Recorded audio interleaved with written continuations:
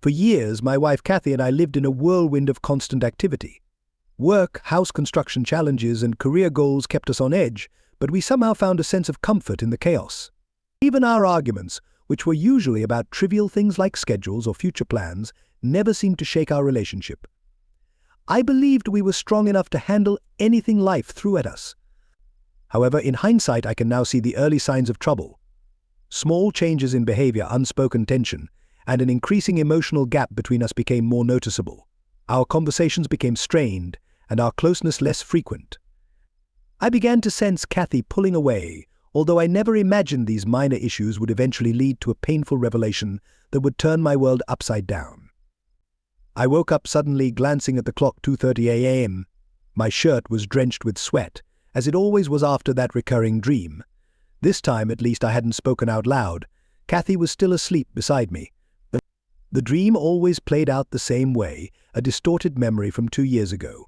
In it, I would be sitting at my desk with a bottle of whiskey, an empty glass, and a gun. I'd drink the whiskey without tasting it, check the revolver's loaded cylinder, and mutter threats of revenge. Thankfully, these dreams had become less frequent, now only happening every couple of months, despite how vivid they still felt. The dream, though intense, was far from reality. Yes, there had been a bottle of scotch, but I had passed out on the sofa, and no weapon was involved. To understand how things got to this point, I need to go back several years.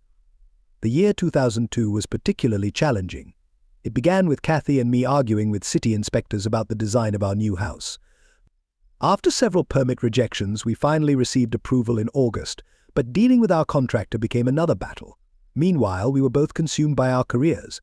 I worked for Independent Investigations Corporation, a company that handled insurance fraud cases. I was 30 years old, the lead investigator, and I could choose my cases and assign others. The job was lucrative, and I was starting to notice a few gray hairs creeping in. People often said I was confident, but I didn't think I was anything special, just a guy with a crooked nose from an old college boxing match, standing at 6 and weighing 185 lbs. Kathy, at 29, was the most beautiful woman I knew, with her long, dark brown hair and striking blue-green eyes. She was slim, athletic, and managed the accounting department at DCNH, where business was booming, and she had been getting nice bonuses. But early in 2002, things began to change at her office. The Indianapolis manager was replaced by Greg Bartlett. Greg was about 5, overweight, and mostly bald, with a ring of hair around his head. Kathy thought he was a good manager, and when I met him, I found him likable enough. Around the same time, DCNH brought in a new vice president, Jack Hansen, from New York.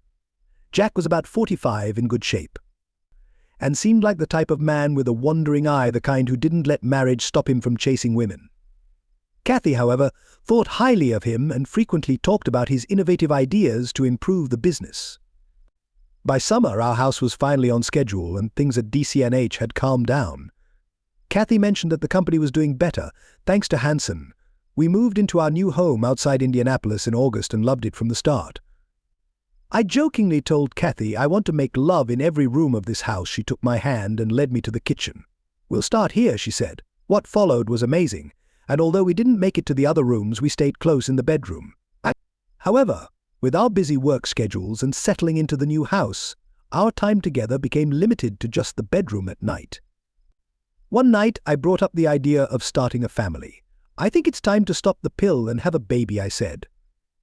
"I want to wait," Kathy replied.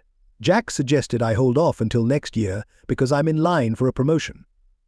"Jack?" I asked, a little annoyed. "Yeah, Jack Hansen. He thought it'd be smarter to wait until after I get the promotion." "Why are you discussing our family plans with him?" I asked, irritation creeping into my voice. Kathy explained that Jack had casually asked if we were planning to have kids, and she mentioned our timeline, which prompted his suggestion to delay. Although I wasn't thrilled, I agreed to wait. By the end of the year, we were both overwhelmed with work and not spending much time together. Weekends were supposed to be our time, but even those were getting consumed by work.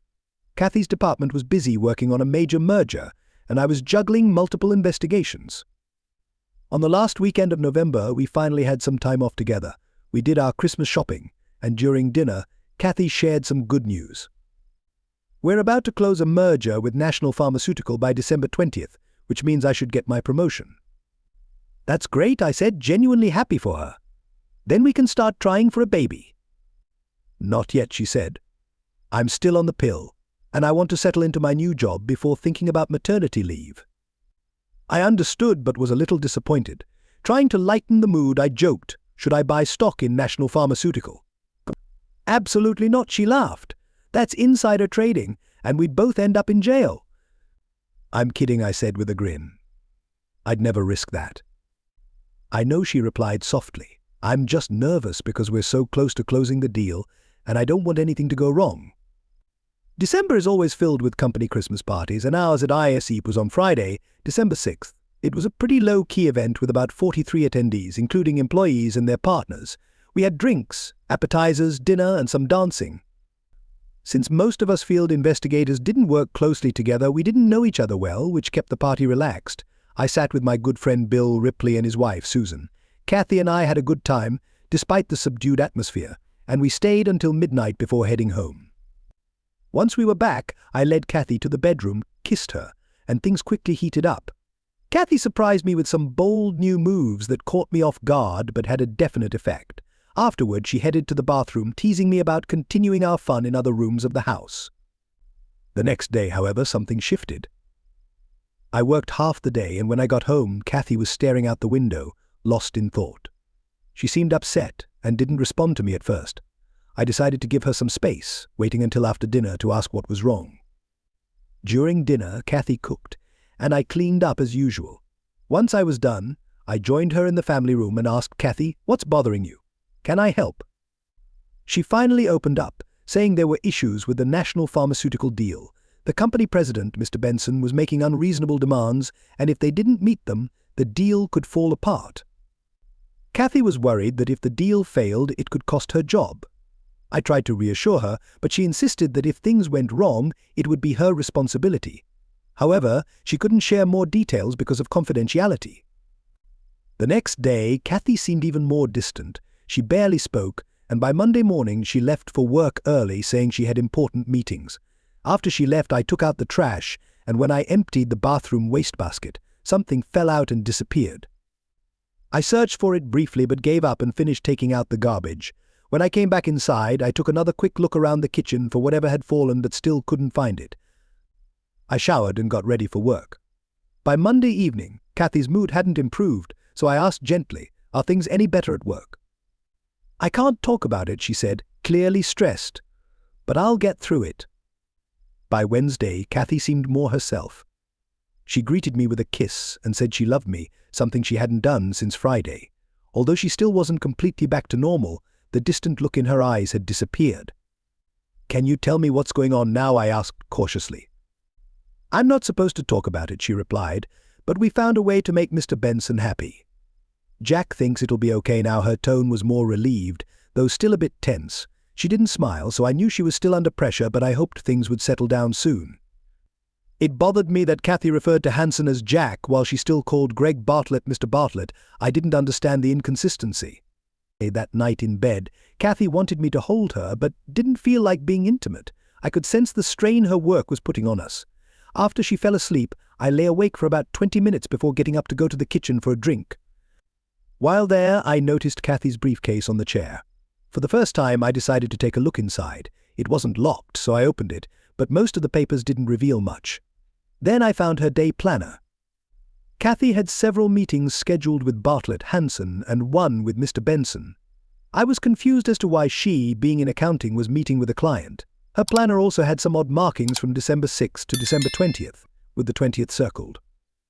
I couldn't tell if it was related to the Christmas party or the contract with Mr. Benson, but I knew the 20th was significant. I put everything back as it was and returned the briefcase to its place. Over the next few days, Kathy's mood improved, though she remained distant. Using my investigative skills, I pieced together that December 20th was likely the key date for Mr. Benson to sign the contract with DCNH. It would probably happen on that day. On Friday, December 13th, I closed one of the 3 cases I was working on and was close to finishing another. That night, I met up with Bill Ripley for a beer to celebrate. After a few drinks, I mentioned the strange markings in Kathy's day planner without revealing whose planner it was. I explained the numbered days leading up to the 20th, which was circled and underlined.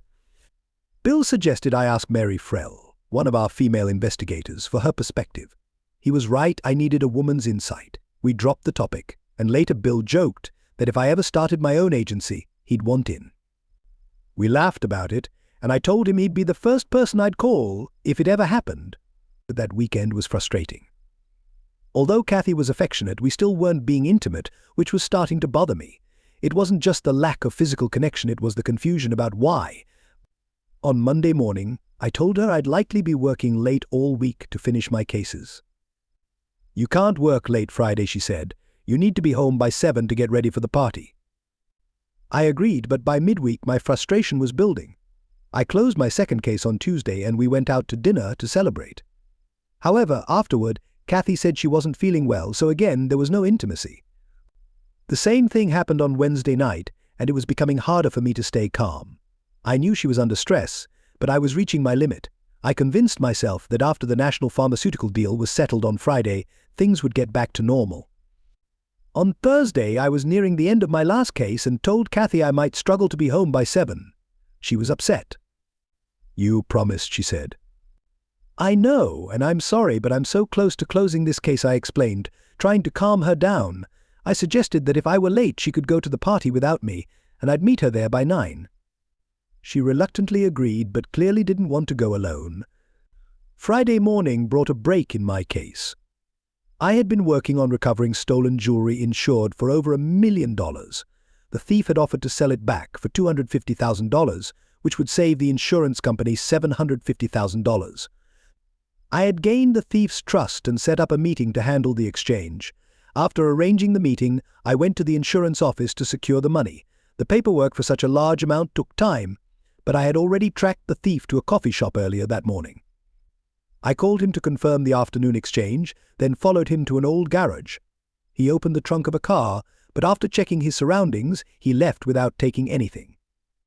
Once he was gone, I broke the padlock with a tire iron, opened the trunk, and found the stolen jewelry inside a canvas bag. I left a note saying better luck next time, locked the garage, and returned to my office. I called the insurance company to arrange for someone to pick up the jewels. It felt great knowing I had prevented the thief from profiting, saved the insurance company a substantial amount, and helped return the jewelry to its rightful owners. Afterward, I ran into Mary Frell and invited her to lunch, hoping to get her take on Kathy's day planner notes. Over pastrami sandwiches, I explained the numbered days leading up to the 20th.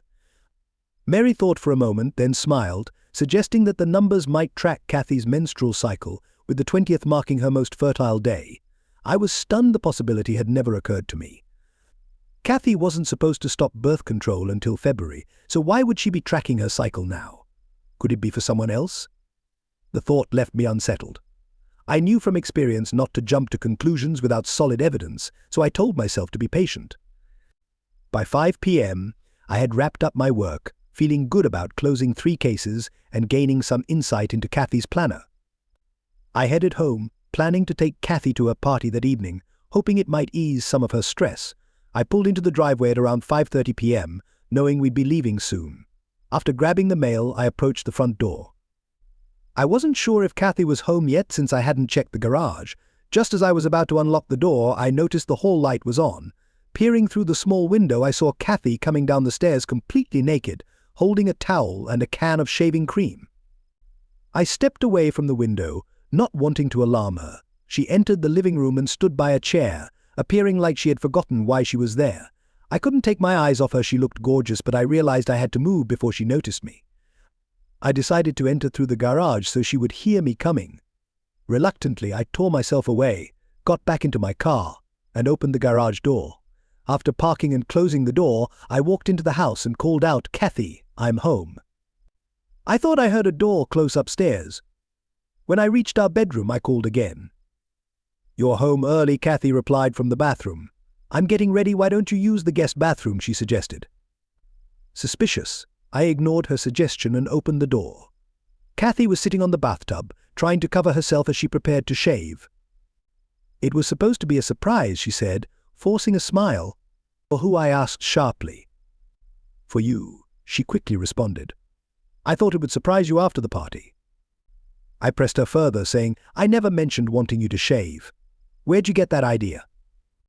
Kathy stammered, explaining that she thought it would be something new, something other women were doing, and that she figured I might like it.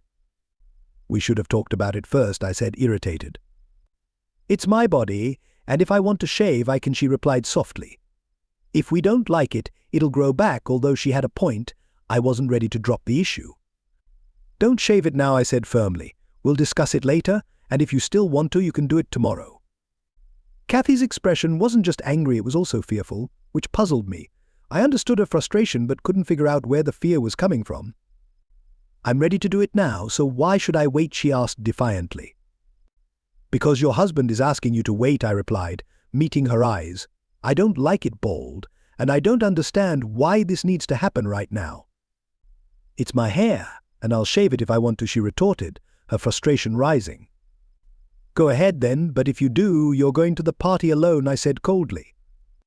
Kathy was taken aback. What? Why are you being so unfair? It's just something I want to do. I don't think you're being honest about why you want to shave, I said firmly. You know I like your hair, so you weren't thinking of me. If you can't tell me the truth, we won't talk about it anymore. Shave it and go alone, or leave it and we'll go together. It's your choice. Kathy gave me a sullen look, put the razor down, and stepped into the shower. Afterward I showered too, then lounged in my bathrobe while she got ready in silence. I could tell she was still angry, and I didn't want to provoke her further. I watched quietly as she dressed, slipping into black thigh-high stockings and a cocktail dress. She looked incredibly sexy, but I found myself wondering if she was dressing for me or for someone else. At 7:30 I asked if she was ready to go. Yes, she replied, coldly. You look amazing, I said, trying to lighten the mood. You're going to melt someone's heart tonight. Yours, I hope, she said over her shoulder as she walked out, leaving me to wonder whether she intended to melt my heart or break it. We drove in silence for the first 15 minutes, before Kathy apologized. I'm sorry about the shaving thing. I was just nervous about tonight and snapped. No problem, I said. Let's focus on having fun tonight. The party was held at the company's offices. Shortly after we arrived, Hansen came over, pulled Kathy aside, and started talking to her. I watched them closely, trying to read their body language. At first the conversation seemed tense, but then Hansen smiled and Kathy reluctantly nodded. When she came back, I asked, what did he want? The national pharmaceutical deal is closing tonight. I have a meeting at 10 with Jack and Mr. Bartlett. If it goes well, we'll secure the contract. So, you'll get your promotion, I asked, trying to sound enthusiastic. Yes, if everything goes smoothly, she replied, but her lack of excitement was noticeable. Kathy didn't seem as happy as she should have been. Trying to gauge her mood further, I said, then we can start trying for a baby. Yes, we can start our family, she answered flatly. I wanted to shake her and ask what was really going on. I was beginning to sense that there was more beneath the surface, and I knew I needed to figure out how to handle it. As we entered the party, Kathy slipped her arm through mine and leaned in close. The room was beautifully decorated, with tables along the walls, a dance floor, a band playing music, and a buffet with an open bar. I scanned the room, recognizing most of the people. Then I spotted him, a man by the bar, around 35, about 6 feet tall, fit, and wearing a dark blue Armani suit. Who's that guy by the bar? I asked. I don't know, she replied, too casually. Her body language was tense, and I could tell she wasn't being truthful. Let's go get a drink, I suggested. I need to greet my co-workers, she said, avoiding eye contact. Why don't you get us drinks? I went to the bar, ordered her a glass of red wine, and got myself a beer. Then I turned to the man in the suit. Mr. Benson, how are you tonight? I asked. He looked surprised. How do you know me? It's my job, I said. I need to take this wine to my wife, but I'd like to talk to you afterward. He seemed uneasy but agreed. I handed Kathy her drink and told her I'd be back after mingling. She looked worried, but she didn't stop me. Once Kathy wasn't watching, I returned to Benson. I work in security for DCNH, I lied, just making sure everything goes smoothly. Hansen has some fun planned, right? That's what I hear, Benson smirked. Things kick off around 10, I asked, observing his reaction. You seem to know a lot, he replied, looking a bit uneasy. Like I said, it's my job, I answered smoothly. Then, pushing further, I added, you like brunettes, don't you?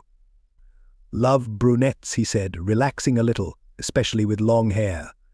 Exactly, I continued, like Mrs. Alpen, right? Just like her, he grinned. I felt sick as he laughed, but I held my anger in check. You probably prefer them bald down there too, right? I said, pushing one last time. Bald is nice, he chuckled again. That was enough. I got what I needed. I've got to check around, I said. If you need anything, find me. I walked away, muttering under my breath.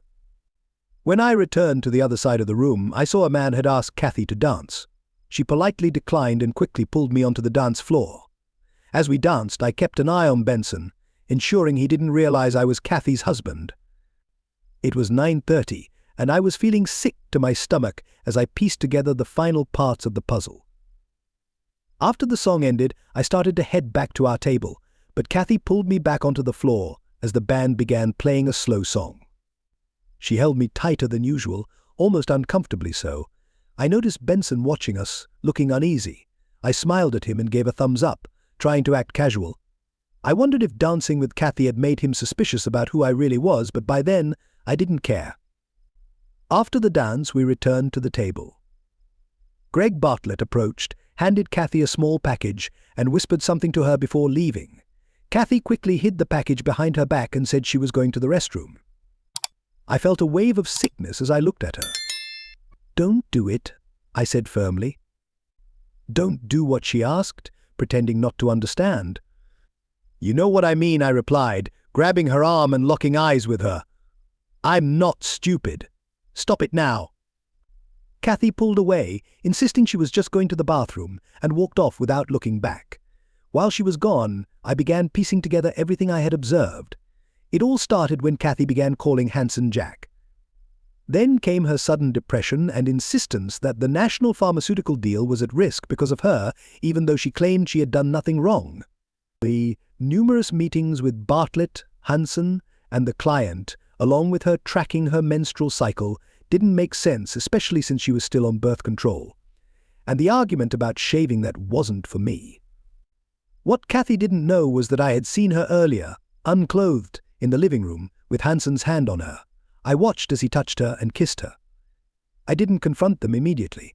Instead, I opened the garage door to give them time to stop and for Hanson to slip out unnoticed. I suspected Benson had demanded Kathy shave for him as part of the deal, with Hanson and Bartlett in on it. The package Bartlett had given her likely contained shaving cream and a razor, and I believed she was now in the restroom preparing for Benson. It was 9:45, and Kathy hadn't returned yet. I was tense and running out of time, without a clear plan. I decided to find her and drag her out of the building, regardless of the consequences. As I headed for the door, the band announced they were taking a break, and an idea struck me.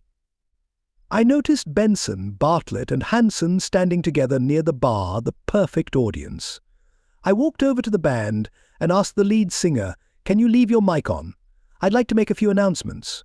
"Sure," he said, handing me the wireless microphone. "It's ready to go." I paced for a moment, gathering my thoughts, and then turned on the mic. "Can I have everyone's attention, please?" I called out. The room gradually quieted, and I saw Kathy returning from the restroom. Benson, Bartlett, and Hanson were all watching me, curious. "Thanks," I continued. "I just wanted to take a moment on this special occasion to share some news about me and my wonderful wife." Kathy, I glanced at her as she approached, her face full of fear. "First, some exciting news. Kathy and I are going to have a baby," I announced. The crowd applauded, and Kathy covered her face, probably appearing embarrassed to those who didn't know the truth.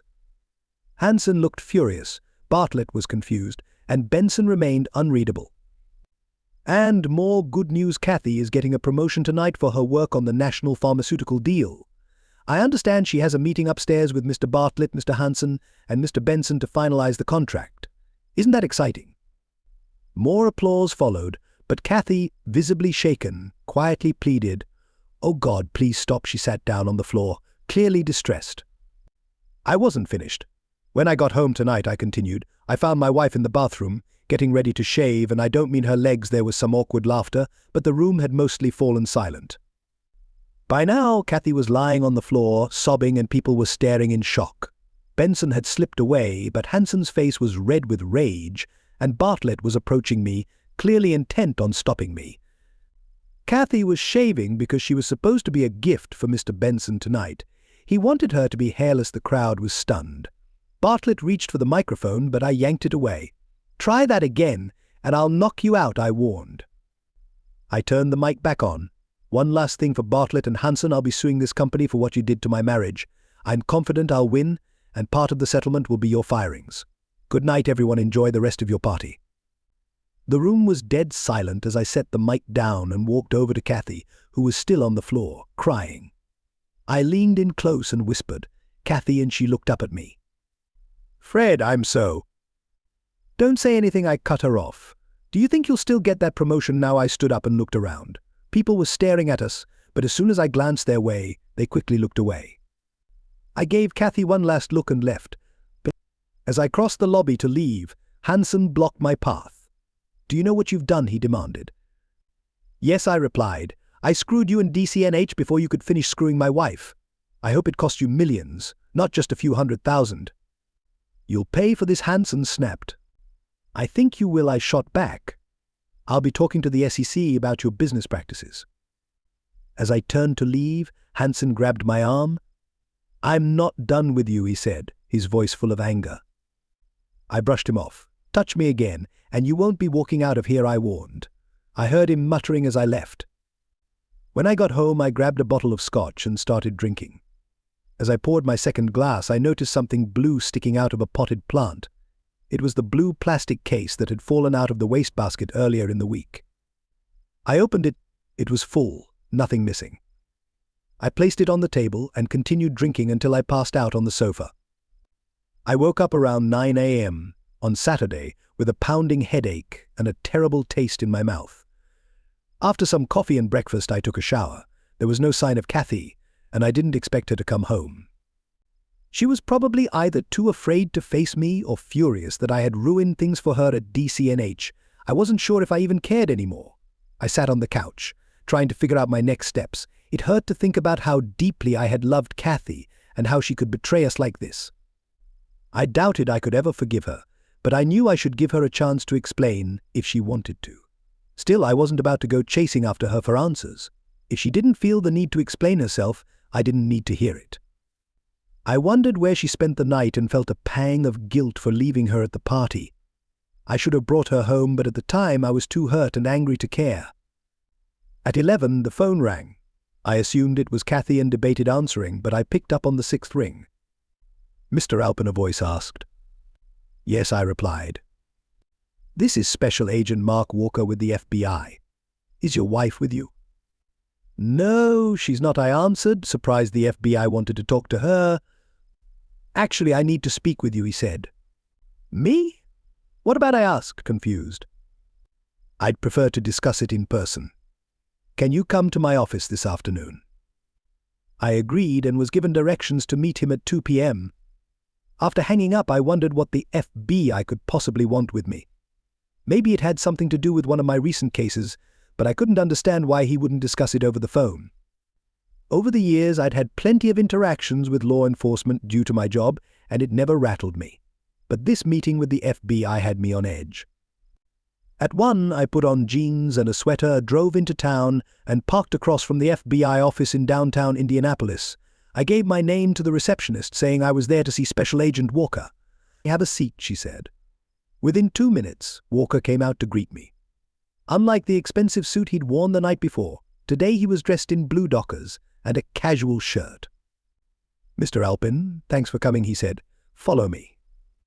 We entered a conference room and he offered me a cup of coffee. After pouring 2 cups, he sat across from me. "Should I call you Special Agent Walker or Mr. Benson?" I asked, testing him. "Mark is fine," he replied. "And may I call you Fred?" "Fred's fine," I agreed. "You must be confused right now," Mark said. "Yes, but I'm starting to put the pieces together," I responded. "You were undercover as Mr. Benson, weren't you?" "That's right," he confirmed. "I trust you'll keep what we discuss here confidential."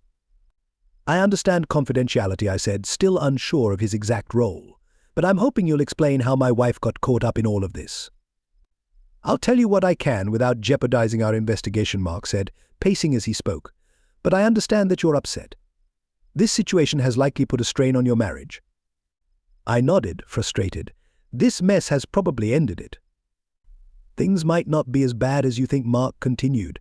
Let me fill you in. He explained that earlier in the year, the Securities and Exchange Commission (SEC) had contacted the FBI after receiving troubling information about DCNH's business practices. We started investigating and determined that undercover work was necessary, he said. National Pharmaceutical was in talks with DCNH about a merger. Mr. Benson, the president of National, raised concerns about DCNH's tactics. Since no one at DCNH had ever met Benson in person, I took on his identity and began negotiating with them. So you pretended to be Benson, I asked, trying to understand. Exactly, Mark confirmed. I led Hansen and Bartlett to believe I was interested in the merger, but was hesitant. I made them think I might back out, which made them desperate. But why involve my wife, I asked, feeling a knot forming in my stomach. That's not exactly what happened, Mark explained. When I first met Bartlett and Hansen at DCNH, I was introduced to your wife. I told Hansen I wanted to speak with her about the financials of the company they were merging with. Why, I asked, bracing myself for the answer. Because your wife was the whistleblower, he said. She contacted the SEC with concerns about DCNH's unethical practices. Kathy blew the whistle, I asked, shocked. Yes, but she didn't know I was FBI, Mark clarified. Her information implicated not just Bartlett and Hansen, but higher-ups, including the company's president. However, I couldn't fully trust her, so I kept my cover. So she didn't know you were posing as Benson, I asked, trying to make sense of everything. Was she actually going to sleep with you at the party? I don't think so, Mark said, shaking his head. But I can't be sure. When I hinted that I might back out of the deal, Hansen asked what it would take to seal the contract. That's when he made the suggestion. My fists clenched. He offered my wife. Mark nodded. He said, I noticed you think Kathy Alpin is pretty attractive. How'd you like to get in on that? I was shocked. I expected him to offer a bribe, but instead, he offered your wife. I played along to see how far they'd go. I told him I might be interested, but didn't commit. That son of a... I muttered, anger boiling up. Exactly, Mark said. The more Hansen talked, the more excited he got. I felt like he wanted me to agree, not just to close the deal, but for other reasons. He even suggested I meet your wife at the company Christmas party. I started to feel sick. Were you really going to go through with it? No, Mark replied quickly. I had no intention of sleeping with your wife. First, it would have been unethical. Second, I suspected there would be cameras and microphones in the room. This wasn't just a sexual favor to get me to sign, they planned to use it to blackmail me. How were you planning to get out of it? I asked, genuinely curious. I was going to back out at the last second, Mark explained. I'd say the timing wasn't right and suggest Mrs. Alpin meet me in my hotel room later. Once we were alone, I would reveal my true identity and bring her in for questioning. We had planned to arrest Bartlett and Hansen today. We thought we had enough evidence. I leaned back, feeling a mix of relief and anger. But I ruined everything with my little speech, didn't I? Actually. Carl, Mark said with a slight smile, you didn't. You saved me from the meeting with Hansen last night. I left with my cover intact and kept investigating. This morning, Hansen offered me a large cash bribe to sign the contract. I told him I'd meet him Monday morning, when he hands over the money. We'll arrest him, and DCNH's operations will be shut down as we investigate every deal from the past 3 years. I shook my head, still trying to process everything. I still don't know where Kathy fits into all of this. Your wife was trying to do the right thing by blowing the whistle on the company, Mark explained. But as for her involvement in the offer, I think Hansen was pressuring her. He might have been blackmailing her. Was a bribe ever mentioned? I asked, feeling another wave of nausea. Yes, Mark replied. Hansen said your wife insisted I use one. He joked, we wouldn't want her getting pregnant, would we? I sighed and leaned back in my chair. I need to find Kathy. I need to hear her side of this. She's not completely innocent, but there are circumstances that might explain her actions. That's all I can tell you for now, Mark said. Any more questions? Not at the moment. Good. Just remember, don't discuss the investigation yet. I suggest not telling your wife anything until we indict Bartlett and Hansen, which should be in a few days. We'll want to talk to her then. I agreed to keep quiet about the investigation. Mark mentioned they'd probably need my testimony as well. We shook hands and I left. When I got home, there was a message from Kathy asking me to call. I dialed the number she left, and a woman answered. "Who's calling?" she asked. "Tell her it's her husband," I said. When Kathy answered, she sounded nervous. "Where have you been?" she asked. "I've been calling all day." "Not all day," I said. "I was home until about 1. "Oh, I guess I started calling around then." I wasn't going to make it easy for her. She needed to show she was ready to talk. I stayed silent. "Fred, can I come home?" she asked. "This is where you live, isn't it? You should already be here." "I'll be there in an hour." "Okay," she said. "Fine," I replied, and hung up. It was already 5, so I decided to have dinner ready when she arrived so we could talk afterward. I started cooking and went upstairs to mentally prepare for the conversation I knew was coming. Before heading back downstairs, I grabbed the blue case from the coffee table and slipped it into my pocket. I made spaghetti and meatballs with a salad and opened a bottle of wine. Kathy walked in at 6:05, just as dinner was ready. When she saw the meal and the wine, some of the tension left her face. She seemed relieved, realizing things might not be as bad as she'd feared. At first we didn't talk. We sat down to eat, and I poured the wine. After a few minutes of uncomfortable silence, I finally asked, "Where did you stay last night?" "One of my friends took me home after you left." I couldn't resist a jab. "Oh, you didn't stay for the rest of the party?" "You pretty much ended the party with your speech," she said. "I guess I owe some people an apology for that, but not you, and definitely not Bartlett or Hanson." "You're right. I owe you an apology," she said, starting to explain, but I cut her off. "We'll talk after dinner," I said, and we both fell silent again. After we finished eating, Kathy started loading the dishwasher, but I stopped her. "You can clean up later. We need to talk now." We moved to the family room and sat facing each other. "Do you want to tell me everything, or should I start asking questions? Either way, I expect the truth." "I'll tell you everything," she said. "I'm sure you know when it started. The day after your Christmas party, Jack called me. He said a big deal with National Pharmaceutical was in trouble and Mr. Benson wouldn't sign unless I slept with him. I was furious. I couldn't believe Jack would ask me to do something like that. But he said the deal was important to the company and that I'd be rewarded handsomely if I agreed lots of money and a promotion. I didn't want to do it, but Jack kept pressuring me, saying many people were counting on me. I told them I needed to think about it. I was so stressed and confused. I couldn't think straight. When you came home, I knew I couldn't go through with it." She continued, her voice trembling. "Jack and Mr. Bartlett kept after me all day Monday, trying to get me to agree. Mr. Hanson said if the deal fell through, it would be my fault, and I'd be fired. They also threatened to fire me if I told anyone. I tried to tell you as much as I could, but I knew if you found out the full story, you'd do something crazy and I'd lose my job. On Tuesday, I told them I wouldn't do it. They told me to reconsider. Then Mr. Hanson said the company was missing over $100,000 and if there was an audit, it would look like I'd been embezzling for years. Jack told me I'd go to jail unless I did what they wanted. He said if I cooperated, I'd get the money and the promotion, but if not, there'd be an audit, and I'd be charged with embezzlement. In the end, I felt like I had no choice but to agree. Jack and Mr. Bartlett talked to me every day, making sure I didn't back out. They kept saying I was doing the right thing, and that you'd understand if you knew how important the deal was. I had been silent up until this point, but now my anger flared. You can't seriously think I would have been okay with this. You should have told me everything. I would have found a way out for you. I know, Kathy said, her voice shaking. Once I decided to go through with it, I felt a little better. But I was so guilty about what I was doing to you. You have to understand, I was terrified of going to jail. I had to take the risk. Then I asked, growing impatient. On Friday, Jack called me into his office. He said Mr. Benson wanted me to shave all my pubic hair before the party. I told him I couldn't do that. But he said it would be a deal breaker if I didn't. Mr. Benson would back out of the deal. Jack told me to shave before the party and not let you notice until later. If you got mad, I was just supposed to say sorry and promise to let it grow back. The problem was, you came home earlier than expected and caught me getting ready to shave. So was I right? Did you end up shaving in the ladies' room at the party? I asked, narrowing my eyes. Kathy looked down at her hands. Yes, she whispered. Mr. Bartlett sent someone to the store for a razor and shaving cream. and I shaved in the ladies' room.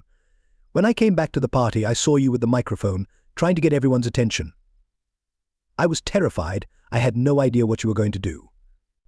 And I didn't know how to stop you. When you said I was pregnant, I couldn't believe it. I didn't say you were pregnant, I corrected her. I said we were going to have a baby. You weren't pregnant yet, but that was our plan, wasn't it? Well, yes, she stammered. But I pressed. Are we or aren't we going to start a family? Yes, we are, she said softly. I'll stop taking my birth control pills tomorrow, and then we can start, she said. One more question, I said, holding back a surge of emotions. Did you tell Benson he had to use a condom? Jack said he'd make sure Benson used one, she answered. I'm glad he did, because I wasn't thinking clearly with all the stress. Anyway, your speech basically ended my career at DCNH and probably ruined the deal with National Pharmaceuticals, she added bitterly. So, let me get this straight, I replied. Bartlett and Hanson blackmailed you into agreeing to sleep with Benson to seal the deal. They also demanded you meet his request to shave, and I ruined everything by catching you in the act. Then, even after I told you not to. You went ahead and shaved anyway, and the only reason you didn't sleep with Benson was because my speech interrupted everything. Does that sum it up? Yes, she whispered, but I don't blame you. I understand why you did it. Oh, good, I said sarcastically. So you forgive me for trying to stop my wife from sleeping with another man. That's not what I meant, Kathy quickly responded. I know you had every right to react the way you did. I don't have the right to be upset. I'm mad at myself. I should have told you everything from the start. Do you think you can ever forgive me? She asked, her voice cracking. That depends, I said, feeling the weight of it all. Is that everything? Have you told me everything I need to know? Yes, I've told you everything, she said, tears welling up in her eyes. I love you and I can't stand the thought of losing you because of this mess I got myself into.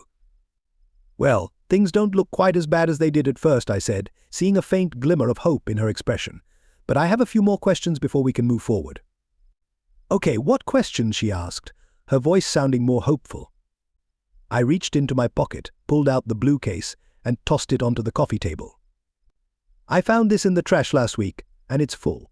You threw away all your birth control pills without telling me, and you let me believe you were still taking them. Just 5 minutes ago, you said you'd stop taking them tomorrow. Can you explain that? Kathy looked like she had been slapped. She opened her mouth several times, trying to find words, but I could tell she was struggling to come up with a believable answer. You're right, she finally admitted. I stopped taking them. I was planning to surprise you by getting pregnant. I know how much you wanted to start a family, so I thought it would be a nice surprise. That would have only worked if we had been having sex, I said coldly. But the last time we did was the day before you stopped taking them. I was just so upset about what Mr. Bartlett and Jack wanted me to do that I wasn't in the mood, she replied quickly. Were you aware that last night was the most fertile night of your cycle, I asked, catching her off guard. No, I didn't realize that, she stammered. I had too much on my mind. It's strange, I continued, that you planned to sleep with Benson last night, right in the middle of your cycle, and didn't insist on protection, but Jack did. What are you implying, she asked, panic rising in her voice. That I knew I was fertile and was willing to risk getting pregnant? I would never do that. I could tell she was shaken, and I was tired of playing games. It was time to put an end to it. One more question, Kathy, I said, looking directly at her. How long have you been sleeping with Hanson? Her face went pale, and all she could manage was what? No more lies, I said firmly. I know you've been tracking your cycle and marked last night as the most important day in your planner. I know Hanson told Benson to use protection. And since I wasn't sleeping with you, that leaves Hanson. He wanted to get you pregnant, didn't he? Kathy's tears started flowing, but she didn't respond. It wasn't Benson who wanted you shaved, it was Hanson, I said coldly. And you did it for him, even after I asked you not to. That tells me he has more control over you than I do. I let the weight of my words sink in. Last night when I got home, I stood at the front door and saw you naked in the living room. I watched as Hanson ran his hands down your back and kissed your stomach the way a man kisses the belly of a woman who is carrying his child or about to. Did you really think I was stupid enough to believe it was mine? Or were you planning to leave me all along? Kathy's sobs grew louder as I stood up and left the room. When I returned to the kitchen with my suitcase, she looked at me in shock. "No, please don't leave me," she cried, rushing toward me. "I love you. I don't love Jack. He blackmailed me. I had no choice but to do what he asked." "Why didn't you just keep taking your birth control pills and lie to Jack?" I asked bitterly. "You had no problem lying to me. I think you would have told that rat anything over what you've been telling me lately." As I reached the door, I added, "Oh, by the way, last night when I was watching you with Hanson, I heard you say I love you to him. So where does that leave me?" "I don't love him. If I'm pregnant, I'll have an abortion. I love you. Please, you have to believe me," she begged. "No, I don't," I said coldly. "And as for the baby, don't abort it for my sake." Kathy collapsed to the floor, sobbing uncontrollably. As I glanced back from the garage door, she looked exactly as she had the night before at the party broken.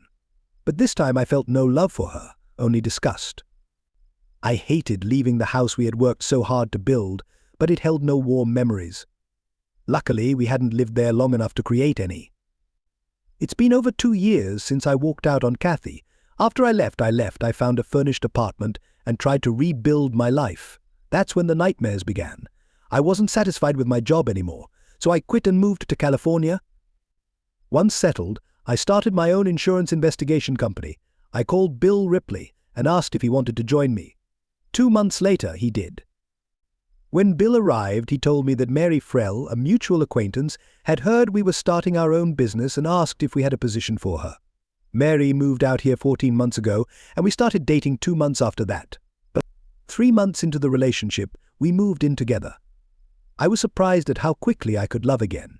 I wasn't in a rush to get married, but I enjoyed having someone I genuinely cared about to share my life with. Through a few connections, including Special Agent Mark Walker, life started to feel like it was moving forward again. I've been keeping an eye on what's been happening back in Indianapolis. Turns out Kathy blew the whistle on the president and CEO of the company following Jack Hanson's orders. Hanson had planned to get them ousted for their questionable dealings so he could take over as president of DCNH. So Kathy wasn't lying when she said she didn't love him. She was manipulating him, knowing he was infatuated with her. She figured if Hanson got what he wanted, she could get whatever she wanted in return. Hanson and his wife didn't have children, which he blamed on her. After I left, he spent over a month trying to get Kathy pregnant, but it didn't work. It turns out he was sterile. His wife eventually discovered the affair and divorced him about a month later. Hanson was sentenced to 5 years in federal prison for his involvement at DCNH. Bartlett also ended up in jail, serving a 2-year sentence at a minimum security facility. Kathy was fired from DCNH, and the company was restructured and eventually bought out by a larger consulting firm. The last I heard, Kathy was teaching bookkeeping at a community college near Columbus, Ohio. I try not to dwell on her. The memories are still too painful to remember any good moments we shared. I don't miss her, which is a good thing, because Mary has more than filled the gap Kathy left in my life. That's why I married her. Now here I am, looking down at Mary, wondering if I should wake her up not to tell her about the dream again, but just to say I love her. Last night she said, "Whenever you decide you want a baby, just let me know, but make sure you place your order early. It takes 9 months for delivery." She added with a laugh, "I'm thinking of placing that order tomorrow." And in case you were curious, yes, DCNH stands for Dewey, Cheatham and Howe.